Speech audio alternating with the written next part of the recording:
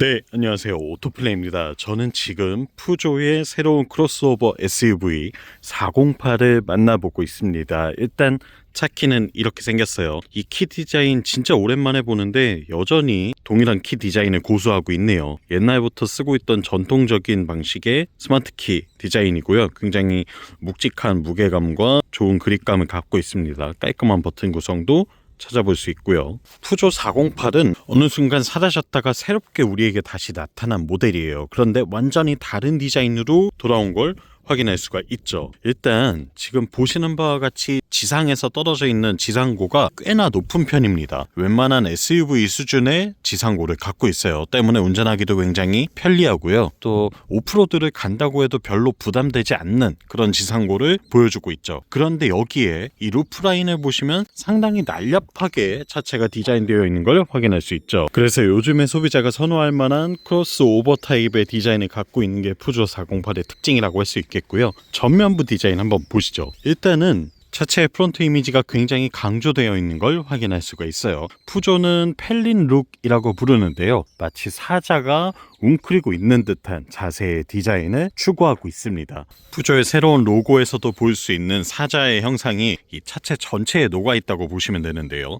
입체적인 요소를 가득 담은 라디에이터 그릴과 풀 LED 헤드램프, 그리고 이 사자의 송곳니를 형상화시킨 데이라이트가 어우러지면서 전면부에서는 굉장히 강력한, 강인한 느낌을 전해주도록 완성한 모습을 볼 수가 있고요. 보닛에도 이렇게 보시는 바와 같이 근육질의 라인을 넣어 놓아서 차가 좀 더 힘있어 보이는 느낌을 전해주도록 하는 데에 집중하고 있는 푸조의 디자인을 만날 수가 있습니다. 그리고 특이하게 차체 전면부에 408이라는 이 모델명을 넣어 놓은 게 굉장히 이색적이죠. 보통은 이제 뒤쪽에만 차량 모델명을 레터링으로 붙이는 경우가 많은데 앞에다가 이렇게 붙여 놓은 경우는 굉장히 이례적입니다. 그리고 사이드 뷰를 보시면 굉장히 잘 빠져 있는 루프라인을 확인할 수가 있죠. 와, 이 차 뭐지? 라는 생각을 들게 만들 만큼 이색적이고 스포티하면서 강한 느낌을 전해줍니다. 굉장히 유려한 루프라인을 갖고 있는데도 불구하고 전반적인 캐릭터 라인들이 아주 세게 짙게 존재하고 있기 때문에 부드럽다는 느낌보다는 아주 날카롭고 뾰족뾰족하다는 인상이 전해지는데요. 디테일을 하나하나 살펴보시면 이렇게 휠하우스 부분에도 복잡한 팬더 라인을 넣어 놓은 걸 확인할 수가 있고요.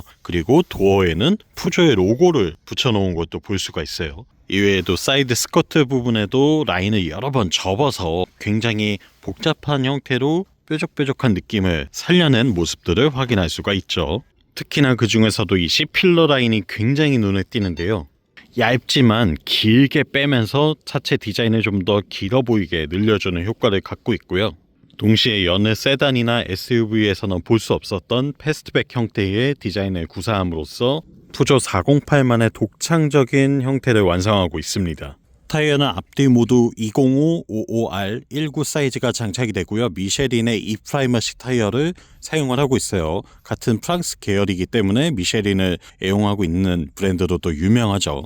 휠 사이즈는 19인치라서 결코 작지는 않은데 승차감이나 전반적인 주행 세팅을 고려해봤을 때에는 딱 알맞은 세팅이라는 생각이 들었습니다. 브레이크는 원피스톤 캘리퍼가 장착되어 있고요. C필러에서부터 이어지는 리어 디자인을 보고 있으면 와, 이 차가 대중적인 브랜드의 일반적인 모델이 맞나라는 생각이 들 만큼 굉장히 스포티한 모습을 보여줘요. 사실 동급에서는 이런 디자인과 유사성을 찾아볼 수 있는 모델이 없다고 봐야 될 것 같고요. 그리고 금액 차이가 많이 나기는 하지만 마치 람보르기니 우루스와도 일정 부분 접점이 있는 그런 모습을 갖고 있죠. 이 전반적인 디자인 형태와 완성도를 보고 있으면 이 금액대에서 이런 기술력과 파츠들을 이용해서 단가가 과연 나올 수 있나? 라는 생각이 들 정도로 굉장히 놀라운 모습을 보여주고 있습니다. 테일램프가 빛나는 형상도 일부러 이렇게 날카롭게 사선으로 쫙쫙 째놓은 모습을 볼 수가 있고요. 리어 디퓨저는 분명히 플라스틱을 사용하고 있음에도 복잡한 패턴으로 인해서 화려한 장식을 넣었기 때문에 나름 또 고급스럽다는 인상을 주고 있어요. 트렁크 공간도 한번 살펴볼까요? 트렁크 공간은 생각했던 것보다는 차급에 비해서 훨씬 더 큽니다. 일단은 500리터가 넘는 적재 공간을 갖고 있는데요. 웬만한 중형 세단보다도 훨씬 더 큰 사이즈죠. 보시는 바와 같이 테일게이트가 크게 열리고 그리고 바닥까지도 좀 더 깊게 넓게 수납 공간을 활용할 수 있게 되어 있어요. 때문에 커다란 유모차를 넣는 것도 가능한 수준이고요. 골프백들도 조금 애매하긴 한데 대각선으로는 적재가 가능할 수 있을 것 같아요. 정 안 되면 이제 시트 폴딩을 통해서 아주 넓은 적재 공간을 확보할 수 있으니까요. 그렇게 활용하는 것도 괜찮겠죠. 그리고 GT 모델이라 전동 테일게이트가 장착이 됩니다.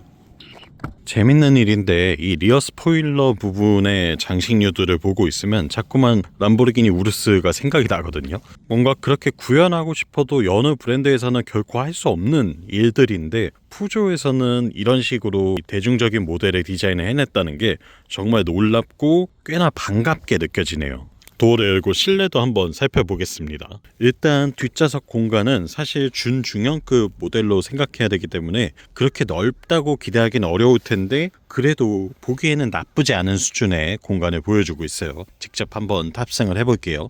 성인 남성이 탑승한다고 했을 때 지금 일단은 루프가 좀 낮게 세팅되어 있다 보니까 약간 걸리는 느낌이 있긴 했습니다. 헤드룸은 조금 타이트하다고 할 수 있겠고요. 그리고 도어를 닫아보면 1열 시트를 운전자에 딱 맞춰서 세팅한 상태에서의 레그룸은 무릎 공간은 그래도 좀 여유가 있습니다. 이 시트 백판을 깊게 좀 파놨기 때문에 공간 여유가 있고요. 그리고 발도 이 시트 아래로 넣을 수 있는 수준의 공간 여유가 있어요. 또한 이 엉덩이 부분과 허벅지도 잘 지지하게 의외로 만들어 놓은 게 좀 놀랍고요. 다만 전반적인 시트 포지션이 좀 높게 설정이 되어 있거든요. 그래서 성인이 탑승했을 때에는 약간 불편하다는 느낌이 존재하긴 해요. 왜냐하면 이 루프 라인이 다소 답답하게 느껴질 수 있을 것 같아요. 이것만 아니었으면 오히려 좀 편하게 탔을 텐데 아무래도 스포티한 디자인을 갖고 있다 보니까 성인이 탑승하기에는 헤드룸이 좀 타이트하다라는 생각이 드네요. 아이들에게는 충분히 괜찮을 것 같다는 느낌이고요. 암레스트 마련되어 있고 컵홀더 준비되어 있고 리어 에어벤트도 마련되어 있습니다. USB 포트도 같이 있고요. 다만 열선 시트라던가 별도의 편의사양은 보이지 않네요. GT 모델에는 아주 커다란 썬루프가 장착되어 있어서 채광 효과도 함께 누릴 수 있다는 게 장점이고요. 일리아 디자인 살펴보고 있으면 와, 이 차가 대중적인 브랜드의 그 모델 맞나라는 생각이 들 정도예요. 익스테리어뿐만 아니라 인테리어에서도 우리가 할 수 있는 걸 모두 다 이 차에 쏟아보자 라는 푸조의 어떤 자신감이 돋보이는 디자인을 확인할 수가 있는데요. 굉장히 단가가 많이 들었을 법한 입체적인 그리고 멋진 디자인을 구사하고 있는 걸 확인할 수가 있어요. 대시보드나 센터 패시아 그리고 센터 터널의 구성 등이 여느 브랜드 또는 동급의 차에서는 볼 수 없었던 수준의 퀄리티를 보여주는 것 같습니다. 전반적인 소재나 또 레이아웃이 상당히 고급차의 느낌이 많이 들거든요. 근데 차량 가격을 또 생각해보면 이 금액대에서 이렇게 만들 수 있다는 것도 좀 놀랍기는 해요. 곳곳에 보시는 바와 같이 그린 스티칭을 이용을 한 가죽 마감들을 확인해 볼 수 있게 되어 있고요. 운전석에서의 만족도도 아주 높은 편입니다. 푸조는 굉장히 독특하게 스티어링 휠 사이즈를 아주 작게 가져가고 있어요. 다른 자동차들에 비해서 훨씬 더 작은 크기의 스티어링 휠 크기를 갖고 있는데요. 이게 적응만 되면 운전하기가 오히려 더 재밌고 즐거워집니다. 또한 헤드업 디스플레이가 빠져있는 대신에 이 디지털 클러스터를 굉장히 높게 위치를 배치한 걸 확인할 수가 있죠. 이 헤드업 디스플레이의 역할을 할 수 있도록 일부러 이렇게 계기판의 위치를 최대한 높게 배치했다고 해요. 또한 10인치의 인포테인먼트 시스템이 갖춰져 있기 때문에 무선 안드로이드 오토와 무선 애플 카플레이를 함께 지원하는 모습도 확인할 수가 있고요. 무선 충전과 시프트 바이 와이어 타입의 기어 노브 그리고 드라이브 모드 변경 버튼, 또 전자식 파킹 브레이크, 이외에도 열선 시트나 열선 스티어링 휠 그리고 시트 마사지 기능까지 포함하고 있는 걸 확인할 수도 있죠. 수납 공간 같은 경우에도 차 급에 비해서는 꽤나 공들여서 설계한 모습들을 확인할 수가 있습니다. 곳곳에 수납 공간을 마련을 해놨어요.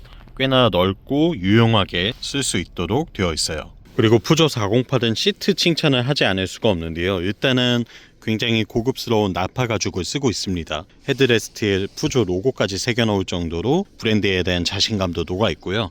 시트도 마사지 기능까지 갖추고 있는 메모리 시트를 확인할 수가 있어요. 사실 동급에서 마사지 기능을 갖추고 있는 시트를 장착한 차가 있을까라는 생각이 드는데 심지어 이 푸조의 마사지 기능은 굉장히 시원하게 작동할 정도로 만족도가 좀 높은 편입니다. 그리고 자주 사용해야 하는 부분들은 물리 버튼을 따로 빼서 배치했다는 것도 반가운 요소가 되겠죠. 네, 이렇게 멋진 디자인을 갖고 있는 푸조의 새로운 크로스오버 408을 만나봤습니다. 이번에는 실내외 디자인과 옵션 구성에 대해서 한번 살펴봤는데요. 다음 편에는 이 차를 타고 직접 주행하면서 느껴지는 주행 감각에 대해서도 다뤄보도록 하겠습니다. 영상 유익하셨다면 구독과 좋아요로 응원도 많이 부탁드리고요. 저는 다음 시간에 또 재미있는 차의 시승기로 돌아올게요. 다음번에 또 만나요. 안녕.